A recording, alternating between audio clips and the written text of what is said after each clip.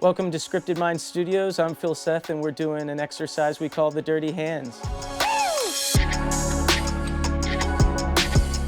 This is the seed of life, a universal symbol that's known across many cultures. And we're going to add some more circles to it, another layer at the new vertices to create, I believe, the flower of life, which again is a symbol for the interconnectivity of everything we do.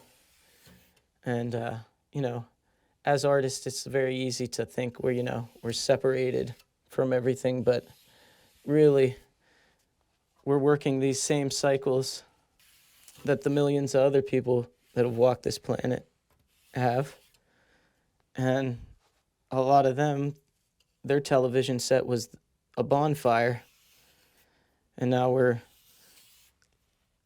so far away from that we need to find ways to reconnect. And I find like the best way for me is just like a burnt piece of charcoal. I'll even do this at a fire with friends and make circles, spirals, anything I can, just to move your body to be physically present with whatever you're making. This burnt tree or the pigment you've mixed that's come from the earth, do what it kind of already does.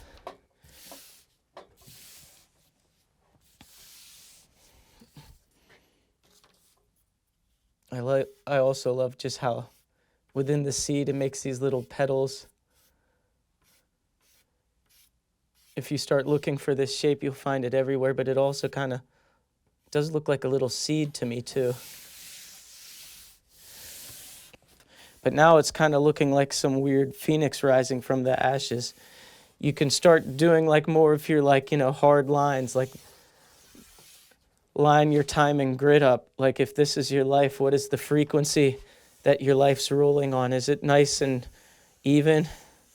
Is it drastic and like fast and hard?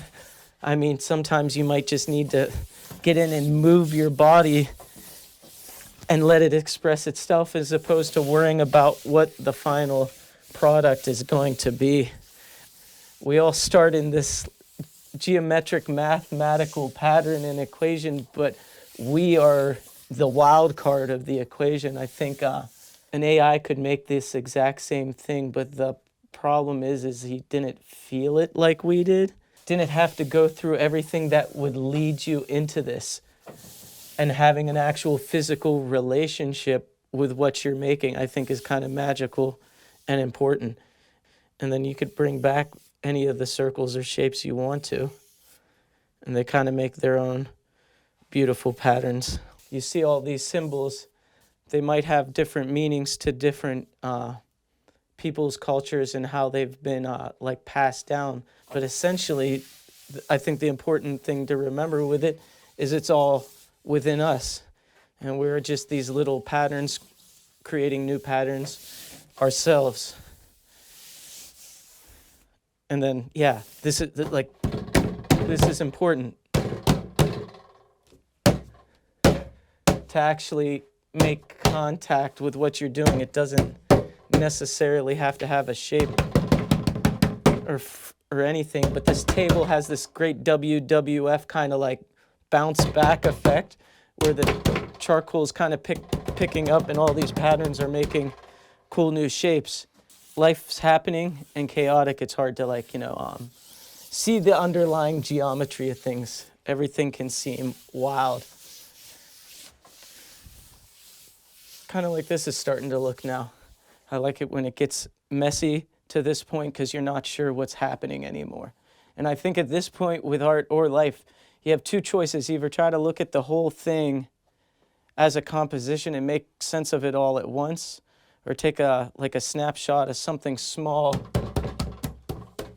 and make it feel like that's a part of the picture.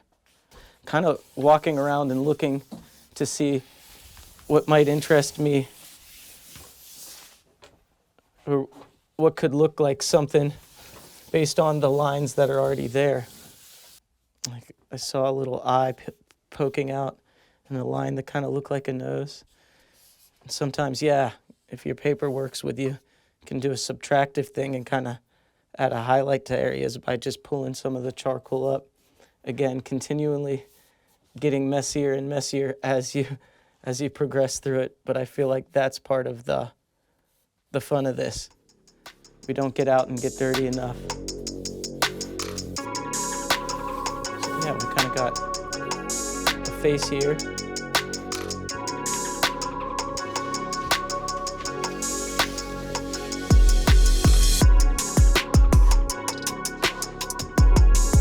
And then the same thing. Keep moving around the table. And if you're happy with what you've created, you know, maybe you could give it a pause. But again, the idea of the dirty hands exercise is to get your hands dirty and start over.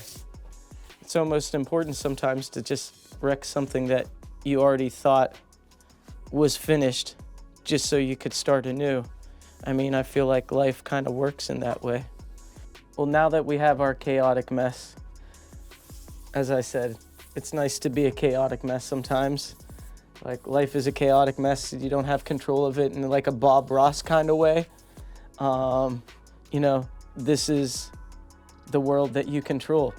This is your universe. And it's nice to just be able to step back and look at it and, you know, find something beautiful or fun within it. Like, I started looking at it from this angle, and because of this big swipe here, I can't help but see like this kind of like elephant creature that's kind of going, like, if one eye is here, the side of his head is like there, kind of. And I find like this can be a way to like get you back into a creative process when you might feel stressed out or a lot of pressure to do art in a normal, formal way. Like, just letting an abstract piece find you is kind of cool. And making something based on what the art is telling you or the materials are telling you. And this is fun. We can reiterate this process many a times to just wipe away and bring it back. But it's like not so black and white. It's like a yin yang, it's movement, it's grayscale. You gotta always remember to just like put your body into it, as it all gets wiped away eventually. And then you can, again, rejoin it, look from a different perspective. Like, I thought I was gonna see one thing, but now I see something else. But thank you for joining me in this exercise. I hope maybe you get a chance to get it home and get your hands dirty yourself. This has been Scripted Minds and Scripted Studios with Phil Seth. Woo!